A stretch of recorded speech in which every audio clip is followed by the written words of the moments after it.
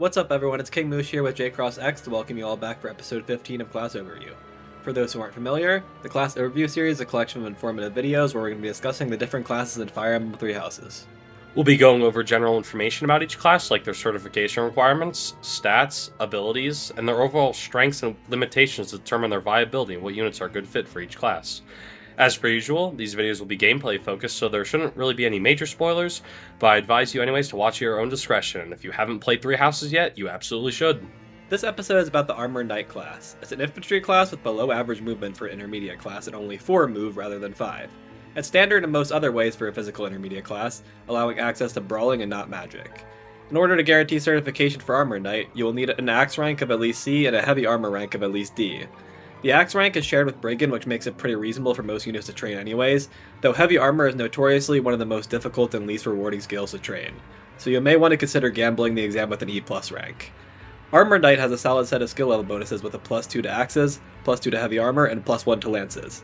If you want to continue down the armor class line, the boost to axes and heavy armor provides an easy path towards Fortress Knight and possibly Great Knight as promotions. Specifically for Great Knight, the lance boost can be somewhat helpful if you want to focus more on cavalry and bridge the gap between Armored Knight and Great Knight with Paladin. Alternatively, if you don't plan on keeping your unit armored in the late game, these boosts can still be helpful for faster physical units who are inclined towards classes like Wyvern Lord, since the heavy armor boost can be used to pick up weight -3 at the C rank. A pivot like this can still be potentially viable due to the reduced investment cost from these skill rank bonuses. The statistical aspects of Armored Knight are pretty standard across the intermediate classes, although there are a few standouts. Some bases are pretty average at 9 strength, 6 magic, and 8 luck. Notably, its speed and dex are much lower than that of something like Thief due to it being an armored class. However, where Armored Knight pulls ahead of most is in its HP and defense, as you would expect, with a base of 30 and 12 in those stats respectively. As you can tell, most stats are average if not bad, but the two that do stick out are definitely the stats you need for prot tanking. Armored Knight has the highest base defense and HP in comparison to the rest of the intermediate classes, and the stat boosts also fall in that area, with a +3 in HP and a +4 to defense, which is very significant. Just like Thief, it unfortunately doesn't have a strength boost, but it works out for Armored Knight just like it does for Thief because the boosts it does have are very good and specific to its role. Unfortunately, the class also has a -2 to speed and a -1 to res, but this is to be expected of an armored class. The growth rates also follow a similar trend. It has the same +20% HP growth modifier and a +5% charm growth modifier that seem to be standard among the intermediate classes.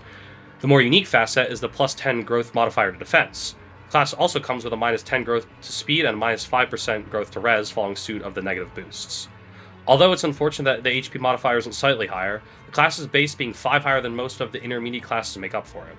While the Armored Knight doesn't seem too impressive statistically, just like Thief, it benefits a lot from being specialized entirely into 2 stats, especially when the boosts while being in the classes are quite high. Mastering the Armored Knight class grants access to the equipable ability Armored Blow. Armored Blow, similar to skills like Death Blow or Darting Blow, grants a +6 boost to a stat when a unit initiates combat, in this case defense as the name suggests. It's important to note that this boost to defense only applies to that specific instance of combat. If you're able to act again in the same player phase via dance, it can activate again, but it won't stack multiple times.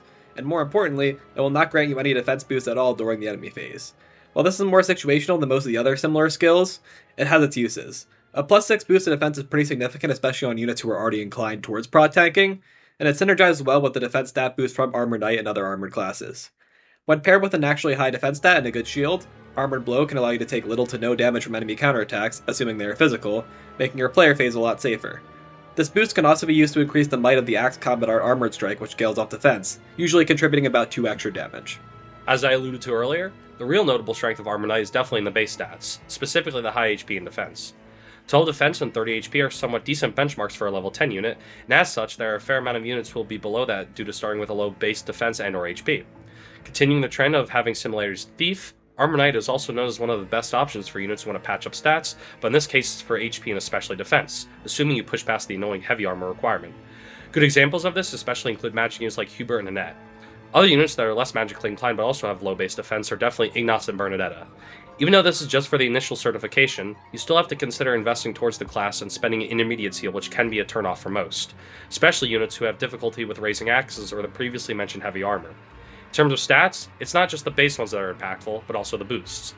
Although it comes with a standard speed and res penalty, +3 in HP is pretty helpful, and +4 defense is basically a class ability in and of itself on a class that has none at all.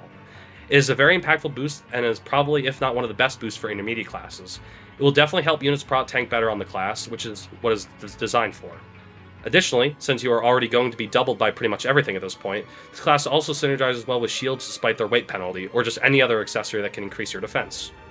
While there are a few areas where Armored Knight can excel, it's held back by a lot of weaknesses which can range from manageable to crippling. Arguably the biggest weakness is the movement, as alluded to earlier. Having only one less move than most physical intermediate classes doesn't seem that bad, but movement is king in Fire Emblem games, and it becomes even more important at higher difficulties. Low movement units are just very inflexible and they kill turn efficiency. It is also very counterintuitive to the intended role of the class. Armored units are supposed to take the aggro and tank the damage that would threaten more frail units, but when their mobility makes them struggle to even keep up with the other units, let alone make it to the front line, it just means that most of the time they either don't end up contributing a lot of battles, everyone else needs to slow down to let them keep up, or they need to be babysat with resources like warp, rescue, dance, and positional combat arts to help them traverse the map. As you can imagine, none of these are particularly optimal. This mobility problem, along with the fact that they are very vulnerable against magic or weapons with extra effectiveness against armored units like maces and hammers, can be essentially boiled down to general armored class problems. Armored Knight specifically does have some issues of its own. Armored Blow is really situational since defense is much more valuable in the enemy phase than the player phase. In player phase, it's really easy to avoid taking damage for the most part. You can exploit range limitations, use gambits, or just one-round enemies with strong combat arts. Even the Armored Strike synergy isn't anything special, only providing a small boost to damage. Armored Strike isn't unlocked until A rank axes anyways, and most of the units who get it like Dedu, Cyril, and Ferdinand all have a significantly more powerful combat art to build around.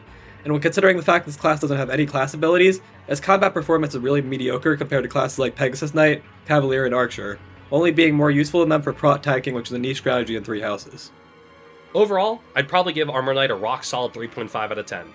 This rating could fluctuate depending on how you value the initial certification versus actually using the class. However, just like Josh said last episode, this series tends to look more at the viability of a class while actually using it, and that has a bigger impact on the rating than just to certify into it and switch to something else afterwards, though it's still taken into account in some degree. As mentioned, the main things holding it back are movement, armored class weaknesses, and definitely the lack of a good mastery. The mastery problem has been an unfortunate common trend for most of the first few intermediate classes, but it cannot be said how important a time this part of a playthrough is where some of the best mastery abilities in the game are available. There are significant opportunity costs, especially given masters such as Death Blow, Hit plus 20, and Darting Blow are available, as well as the fact that it's much more of a hassle to raise heavy armor on most units. Despite this, it's still a good class statistically that a decent amount of units can significantly benefit from to patch up their stats, make themselves a bit tougher, while also amplifying the effectiveness of units who are already inclined towards being prot tankers. Units mentioned before like Bernadetta, Ignatz, and pretty much every spellcaster like Hubert, Mercedes, Lysithea, etc. can definitely benefit from certifying into this class depending on how you want to build them. Although again, the major issue is heavy armor often being the major gateway to this, as it's difficult to raise while also giving very little in return. Two units who can definitely certify into it easier that have good or bad defense depending on your level ups are Hilda and Ferdinand. Both share a boon in axes and a budding talent in heavy armor. Although I personally wouldn't send them down the heavy armored class line, the stat boost early on can be helpful for how easy it is for both of them to get into this class. With all that being said though, those units only really consider the class as a certification option, and after that, they will usually switch to another class with better performance and or mastery. For units who do actually want to stay in the class, our top recommendations are going to be Dedu and Balthus. There aren't too many other units out there that are specifically inclined towards prot tanking aside from maybe Raphael, but Dedu and Balthus passives generally make them the better option. Dedu especially can stack defense pretty effectively at this point in the game and can bait out non-caster enemies easily. Staunch Shield with a base of at least 12 defense and a boost of +4, on top of any other accessories such as Steel Shields, can make the prospect of doubling him useless if they just do 0 damage to him. While this is a bit harder to set up due to him needing to be below half for his passive to activate, but King of Grappling is still really good and arguably more flexible once in play. After a lot of consideration, we decided on a D tier placement for Armored Knight, though it's on the borderline, definitely close to C tier. As we all know, armored classes don't have the best reputation in the Fire Emblem community, and I created a poll after the previous episode because I was curious what our audience thinks about them. The majority of you believe that armor units are fairly rated, but they may be slightly underrated in the sense that they have a higher ceiling than most people realize if you build them correctly, and I completely agree with that from my experience using them. Armor Knight specifically has some nice statistical benefits, and is relatively low investment, which makes me consider moving it up a bit, but in my opinion, the low mobility and the mediocre mastery at a time when there are so many high-value masteries available just serve to justify the D tier placement. That's about all I'd say about the Armored Knight class. If you like the video or have any thoughts of your own, please leave a like and make sure to comment. I also recommend checking the description if you're not already subscribed to both of our channels. Stay tuned for episode 16 on JCross channel, where we're moving on to the next intermediate class, Cavalier.